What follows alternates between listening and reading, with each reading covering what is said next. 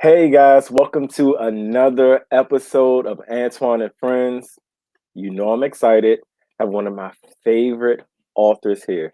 The one and only Aisha Rice is here. She's going to be reading her story, My Kinky Coily Hair. Live, she's in studio. Guys, I'm excited. I hope you'll be excited as I am. So Aisha, please take it away. All right, guys. Thank you for joining us. I happen to be one of his friends. Aren't I pretty lucky? I could be Antoine's friend. But today, I'm so happy that you guys can join us this morning. Hopefully, you're up out of bed, but we are going to read My Kinky Coily Hair, which is a book I wrote, of course. See, author, name. So, My Kinky Coily Hair. Every morning, I wake up and try to figure out what to do with my kinky, coily hair. After fighting with no success, I go downstairs for breakfast. Right? Ever get up in the morning and feel like just can't get it together? Oh my goodness. It is a struggle. Are you trying out for the circus? Naomi Darius laughed. Stop teasing your sister, my dad replied. Sweetheart, let me help you with your hair, my mom said. You have such beautiful hair, princess. No, I don't, I muddled under my breath.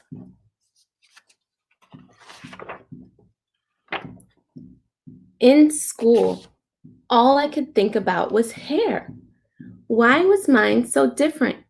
Why couldn't my hair be long and blonde like Catherine? Or maybe even big brown curls like Jocelyn? I'd even prefer to wear a wig like the lady from my history book. I mean, anything had to be better than my kinky coily hair. Right?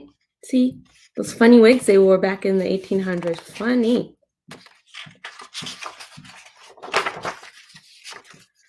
That day at recess, I got dirt in my hair. I grumbled, ugh, because I knew what that meant. Hair wash, right? Your parents ever send you to school one way and then you come back and your hair kind of looks just a little bit different? I think that means you had a good day. What happened to your hair, my mom asked. Playing, I laughed. Well, child, you sure do play hard, she laughed as she looked through my hair. Tomorrow, we're washing your hair and straightening it because Monday is picture day, she reminded me. Okay, I groaned. The next morning, we woke up extra early to give Mom extra time to do my hair. Normally, she washed my hair in the bathtub, but it was getting so long we decided to wash it in the sink. Washing wasn't so bad. It actually felt good when she massaged my scalp. Right? Feels good. I love it. Naomi, sit back, my mom instructed. I need to get all the shampoo out. As I jumped up, she reminded me we needed to deep condition. Why? I whined. Oh, your hair needs moisture. You don't want it to fall out, do you? No, ma'am, I said. Section, detangle, and twist, right? Some of our hair takes a little bit of extra work. There's a process, and that's okay.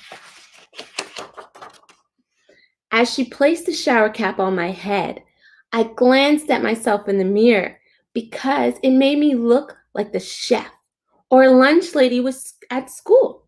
The special is goulash with a side of bug juice, I joked.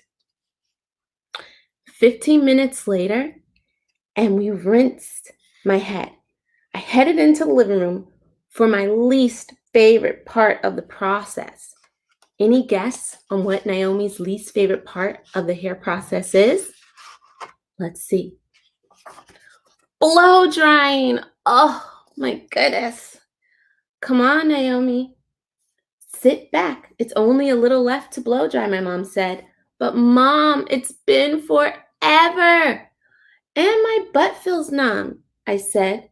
Well, silly, you have a lot of hair. Ever get your hair done and feel like, oh my gosh, it is taking forever, right? What are they doing back there? Even guys, when you get your hair cut, don't you wonder? It's just a simple haircut. Why is it taking so long? Teaches us a little bit about patience, I think. I sat on the stool in the kitchen as my mom ran the flat iron through my hair. When she was younger, she said Grandma used a hot comb on the stove. I'll show you what that is for those of you who don't know. When she comes close to my edges, I always have to close my eyes because I swear I could feel the heat on me. Oh, Naomi, calm down, she laughed. I'm not even close, right? But can you imagine? This is a hot comb, guys. It goes on the stove, you heat it up, and then you put it on your hair to straighten your hair. Now we have flat irons, but when I was younger, I'm like Naomi's mom. I used a hot comb, and my mom's mom and my grandma also used a hot comb. So I'm super happy that we now have flat irons. On Monday, look, because what happens? Her hair is so straight and pretty. I was so excited to show off my new hairstyle. Take your raincoat, Naomi, my mom chimed. Mom, I'm fine. Naomi, bring your umbrella. I will not straighten your hair again. If it rains, she said. Right? Parents ever tell you to do something and you're kind of like, I got this. At school, my friends and I were excited to see how my pictures came out with my straight hair. Recess was great. Even when Miss Rice warned us to come in, nobody wanted to go. Having so much fun, right? The rain began to drop, and I tried to cover my hair, but it was too late. When I got inside and ran to the mirror, crimped and puffed, the moisture took over. Oh my goodness. Nature, right? You can't predict it. After school, Darius tried to cheer me up. Right? Ever have your brother or your friend try to cheer you up? As we walked to our grandma's house. Sis, your hair looks good no matter the style. I tried to smile back, but I couldn't. What's wrong with my child? My grandma asked me. I asked her if she ever wished she can change something about herself. Naomi, what would you change? My kinky coily hair, I said. Why on earth would you change that? She asked. Well, it's too thick. I can't do it. It takes too much work to maintain. Come on, child. Let Grandma show you something. We walked into the living room and she pulled out a photo album. In the album were old pictures of my grandma, grandpa, and mom. Right? See all those cool pictures? That's her family. You see, baby, your kinks are a sign of your thickness. That represents your bond with your family. And baby, family will help you understand that you can do and endure anything. Those coils, right? Her hair coils a little bit, show how strong you are connected with your community, with your culture, and with your ancestors.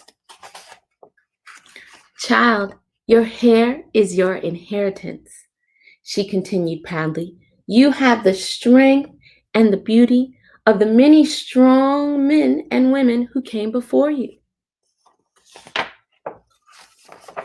The next morning, I felt empowered. I looked in the mirror and I was so excited and proud of my hair. Whether it was twisted, straightened, or wrapped, I was excited about the possibilities. But mostly I was excited by how my kinky coily hair was uniquely me, right? All those possibilities of styles. So we have to be excited about who we are and the possibilities. But let's check in with our friend. Back to you, Antoine. Hey guys, I hope you enjoyed that read as much as I did. Aisha, thank you so much for taking the time to read your story. That was amazing. Like I said, I love it. The hair, I mean, just going from the start of it to what could have happened with, I mean, it was great. It was great. I Oh, thank really, really enjoyed it. And I'm sure our friends at home did. you. So, with that being said, Aisha, I have to ask you, when did you know that you wanted to become an author? Um, Officially, not until, funny enough, maybe about a year before I wrote my Kinky Coily. So back in 2016, but I think it was kind of already always something that I wanted to do. Funny enough, knowing that I was going to visit with my friends today, Antoine and all you guys, I actually dug out a book that I wrote when I was younger.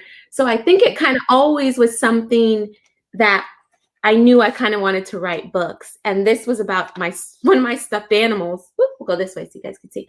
Oh, That I had, and I just decided to write this book, and my parents actually saved it. So, parents, if you're watching, save these cool things that your kids do when they're younger, and they may look back at it and be like, "Oh, it was actually something I always wanted to do. I just didn't realize it, and it just kind of the universe has brought me back around to it." wow. No, that's really amazing. Like I said, I've been writing since I was 6. My mother bought me a desk, and ever since then, but like I said, I didn't become an author until 2017. So all those years, 20 something years, just behind the scenes writing, and all of a sudden, here I It am. pays off, right? And that's a great lesson, guys, just to learn, like, even if you're not doing it now, still take the steps as if you're doing it all the time, because you never know when it will circle back around. You always continue to chase that dream. That's true. That's true. And did you have a mentor in the process? I did actually have a mentor with my first book, my Kinky Coily Hair. I don't know if you guys know Jerry Craft. It's kind of a big deal now. He is a Newbery Award winner for his first book, New Kids, and then he has his second one, Class Act. And so, New Kid, great. He does more middle school age books versus mine, is, elementary to middle. But I'm super blessed to have him. He helped me pull my book together and then helped me publish my book under his publishing company, Mama's Boy. So it's always great to have friends. Like Antoine's my friend, guys. Tap your friends. That's right. And how instrumental was he in getting you through the process?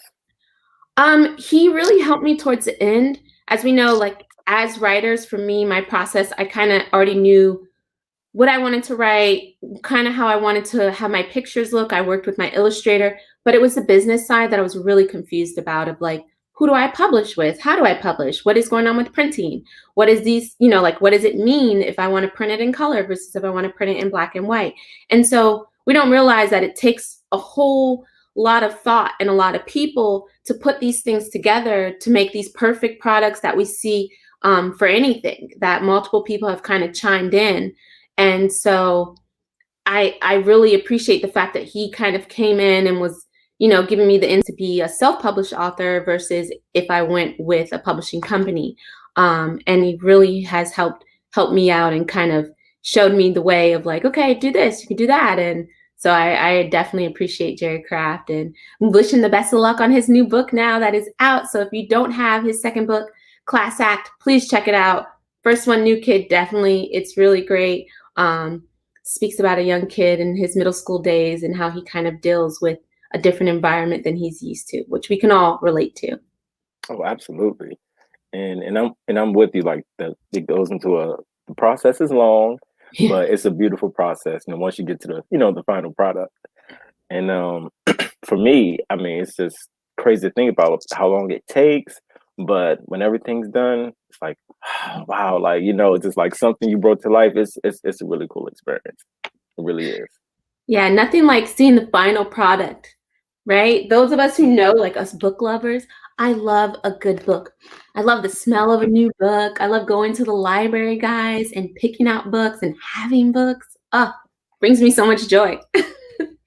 And with that being said, Aisha, what inspired you to write this book?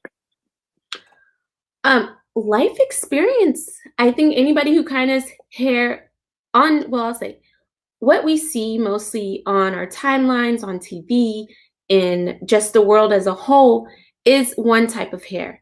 And what we know, sometimes it's hard when you're looking in the mirror and you're looking at yourself and your hair is not that one type of hair. Doesn't matter if it's blonde and straight, or it doesn't matter if you're seeing only brown and curly. When you're not seeing yourself represented, you kind of feel a little hurt and a little like, well, am I not pretty? Do I not matter? And so I was knowing that as a child, I dealt with that in my hair trials and tribulations. And I'm one of three girls in my household, so hair was a whole thing. We had days for hair where everything kind of shut down and we only did hair. And just realizing that that same pattern is still being dealt with today by young children, excuse me, I felt the need to kind of speak to them and let them know that it was okay to just have your kinky coily hair, whether it was in a twist like my hair is now, or when I wear it out and I wear my afro, or when I straighten it. It doesn't matter, however your hair grows out your head, or even even if you're bald, it doesn't matter. It's however you kind of want to rock your style is how you should show up in the world. And the people who are there and want to see you succeed and see you be happy, they'll love you exactly as you are. And those who don't, just give them time to adjust. Don't worry about it. That's true, guys. Embrace your own individual uniqueness. That's what makes us all great, right? We're not all the same. We're all different, come in different shades of the skin or hair, whatever. Just embrace each other's own individual uniqueness. Uniqueness makes us so amazing, guys. Think about it. Can you imagine to be a cookie cutter version of somebody else? Like if we all were just like robots walking around and we all look the same and we're like beep boop, beep boop. That's so boring. I love seeing people who try new things, different colors, like even the colors we have on now, orange and green. We're like the pumpkin right now. Okay, we're representing Halloween pretty well. And we didn't even plan this. So look, it's fall and we're in fall sequence. So that brings me joy. It's seeing all what everybody can bring to the table of their personality. Oh, absolutely. Like I said, different. That's the fun about different personalities. Like you don't have to be like anyone else, guys. Just be yourself. Just be yourself. It's enough. It is more than enough. And with that, Aisha, I want to ask you: are there any new books that you're working on right now? I am in process with a new book. It will be called Color Me with Love. It is a Ooh, story about a dog and his trials and tribulations and what he is kind of going through. So, just in the process, all of us writers know it is a process. We get stuck sometime in our little perfection phases. But so hoping to, kind of push that forward come 2021 and just other multiple things. Bubby also is a thing that I've been working on. Oh, I was like, where is he? The character, ooh. Bubby the bouncing bottle from, oh, there we go. I was like, which way am I turning? With my company, Diverse Stories in a Bottle, it's more of like a media thing where just kind of trying to bring back literacy, right, guys? Because we love to read. Those of you who are watching, we love to read and literacy, and just making sure that we're pushing that forward and continuing that fun, you know, literacy push. And we're just having fun because why not? Life should be fun. Oh, I agree. Life should definitely be fun, and that's cool that you're coming out with a story about a dog. Um, yesterday, and oh man, I can tell you some of these stories. But I know kids love animals, right? They love animals. That's really what I want to focus on, especially when they're talking and doing cool stuff. So I know that's going to be an amazing book. Yeah, I funny enough, it's kind of inspired by my doggy because I'm always stopped. He's such a playful little pup, and everybody always wants to have a moment with him. And I'm like, oh my gosh, my dog is a superstar. I dropped him yesterday to the groomer, and five of the groomers are like, is that Charlie? Like, I felt like the kids, you won't get this reference, but parents, you will. It felt like Cheers. Like, you just want to go where everybody knows your name. And everybody knew Charlie's name. I was like, I don't know if that's a good or bad thing, but I'll take it. He's popular, so yeah, so that's cool. That is cool. Um, so what is the message that you really want our readers to get from the story today? Really what we've been talking about since the beginning, guys, the message is it doesn't matter if you have kinky coily hair, no hair. All you need to do is show up and be yourself. Be yourself unapologetically and try not to kind of let those worries of other people get in your head. And that's what we do sometimes. We kind of look at stuff and we're like comparing ourselves to other people. Compare yourself to yourself, right? Take that moment to kind of look in the mirror and be like, well, yesterday I rocked my hair up. I'm gonna rock it to the side today because I don't want to be like the yesterday version of me. She's old news. I want to be the new version of me versus me looking at a magazine and then being like, well, she has long blonde hair. How can I be that person? It's okay. You don't have to be that person. She's who she already is. Be you. And so that's really what it's about. It's just, I really want, us, parents, kids, everybody to understand that it's okay to show up as yourself in this space during these times. And I promise you, if you're comfortable with who you are, everybody else will be. They'll adjust. I like that. I like that. Guys, be yourself, right? Everybody has different skills, different gifts, different talents, right? So like she said earlier, you don't have to be in the cookie cutter. Just be you. You're not meant to be like everybody else. And what fun would it be to be someone else than besides who you were meant to be? Just be Right? yourself, guys. Embrace you. Yes. Because look, maybe there's an author watching now. And if you're not being yourself, you'll never write that book because you're scared of what other people are thinking about. Or you're never going to go take this great adventure because you're worried about something. Or you'll never wear this frilly dress or this tuxedo just because you feel like it. And then you don't realize you do that. And by you showing up as you, people feel comfortable to show up as them too. So it's like a double thing. That's right. It is. It is. And you know what's funny, Aisha? This is my favorite question to ask all my guests. Mhm. Has anyone ever like recognized you in public? Like, hey, that's Aisha Rice. Look, I got her book. Hey, I know her. That's her. That's her. Has anybody ever, came up to you like asked for an autograph or anything like that? I haven't gotten asked for the autograph yet, but yes, I randomly do get kids that run up to me from being in the school system so much over the years. And I'll say the most memorable were two young girls. And it was funny because it took me a second to recognize them as well, because where they recognized me from was East of the River Book Festival.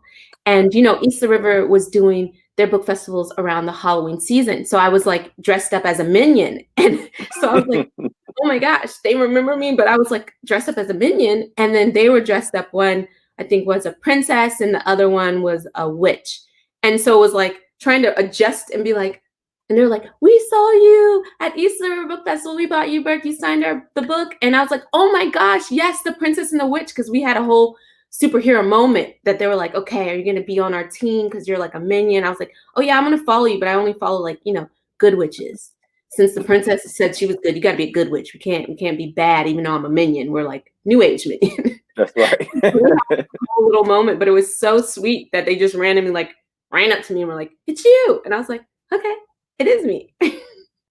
It's you. And that's funny. And I wanted to ask you, since you mentioned like you've been in the school system and you traveled to different schools. What about for you as a child? Have you ever had any authors come in and visit your schools? Any of them that you've attended? Yes. I was definitely blessed that, my school system, like, PG County, DC, our area, the DMV, really kind of pushes that literacy and bringing experiences in is so important. So I've had authors come in, we had people having different jobs come in.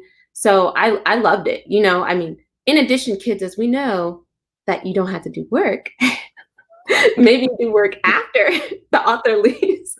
So that was always like exciting when you're a kid. You're like, free, we get to hang out Yeah. and not do work. But also the fact that usually people were coming in with some really great stories and stuff that kind of really connected, with who you are in that time. And you're just like, okay, I feel seen. And that's important. So I love it. Yes, keep up when we all go back bringing authors in. And I know some great authors. And Antoine, definitely, he knows me. I know him. We know authors, so we're just gonna keep this train rolling. Absolutely, as we definitely are, and it's so funny. It's like, wow, how big of a deal it is just to be able to be there, and the kids treat you like a celebrity, like you're a rock star. It's a wonderful experience. So, like you said, I'm definitely looking forward to getting back to doing that for Right. sure. Post COVID, we all would love to, hugs. That was another thing. I loved big hugs. I think I had a really memorable moment in North Carolina when I went down there to do a school reading and did the reading, did it for all the second and third graders in different periods. And then one of the teachers kind of came up to me afterwards and was like, "Oh my gosh, how did you do that?" And I was like, "What?" So there was like a young boy who was sitting up front and he wanted to be part of the story time. So I just kept engaging him and, while I was doing the story time, just engaging. And apparently he hadn't talked to anybody in like 3 months. And they were like, "We don't know Wow, what it is." wow. It's like, and that's the importance where when people see themselves, they are more open. And so I was like, dude, that's amazing. I'm glad I could be that person for him. Oh yeah, that was amazing. Like that was mind blowing. And as an author, I'm sure you'll enjoy this question. Who were some of your favorite authors growing up when you were a kid? I actually, funny enough, brought another book because we love books around here. We do. So, yes, Robert Danasucci with the Talking Eggs. Whoop, there we go, better in the shot. Guys, this book, such great lessons. I was one of those kids that liked all the books that were like Aesop fables that told you like, be a good human being, save the earth, Yeah, I I like kind of just favorites too. spoke to that space where it's like, be nice, be courteous, be polite, pick up your trash, help the animals. And so that's kind of this where it's like, when you're nice, nice things happen. When you're not so nice, not so nice things happen. And it's not always what it looks like, is what this showed you. It's like, don't judge a book by its cover, which I love because that is a reality. That's right. Don't judge a book by its cover. And with that, Aisha, outside of your career as an author, what do you enjoy doing? Hiking. I am like an outdoor nature advocate. Of course, that goes into like all the books I probably read about save the earth and save the water and animals. But you can find me on the hiking trails out and about. I go to a place called Lacey Oasis. It's out in Calvert County. We do kids events out there, horseback riding and fun things like that, petting zoos, random things. So we just enjoy, have a good time out in nature, of course, which is good now because you can social distance out in nature. Oh, that's true, and that's cool. That's really cool. I like that. I believe everybody needs to have hobbies, right? Just to just open up, enjoy life more. So Oh that's yeah. that's definitely good. And I wanted to ask you, how can people get in contact with you? Well, I know we're coming to the end, so if you still want to keep up with me, find me at Diverse Stories in a Bottle. So that's the website, Diverse Stories in a Bottle. Or you can send me an email, info@Diverse Stories in a Bottle.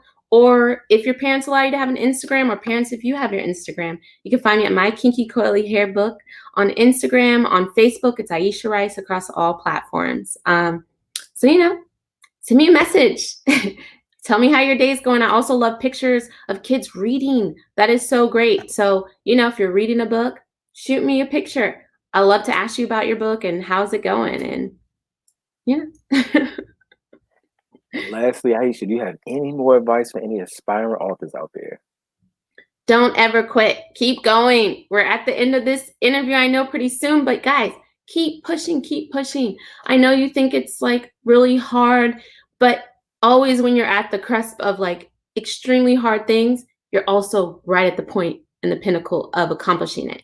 So when you just push through, you're going to be like that person standing on top of the mountain, like, yeah, I did it. So get to that top of that mountain, keep pushing. And just talk to people, make friends, and make friends. You never know what advice other authors may have for you to be able to help you on your path. Wonderful advice. What is nothing I can even add on. I'm like, that's just amazing.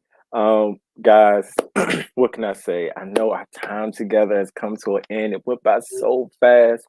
I But know. guys, I just want to thank you for coming and visiting us today. It's always great to have you here on Antoine and Friends. And of course, thank you, Aisha. We were Boy. so happy to have you here. And guys, I want you to enjoy the rest of your day until we see you again on Antoine and Friends. Bye, Bye. guys.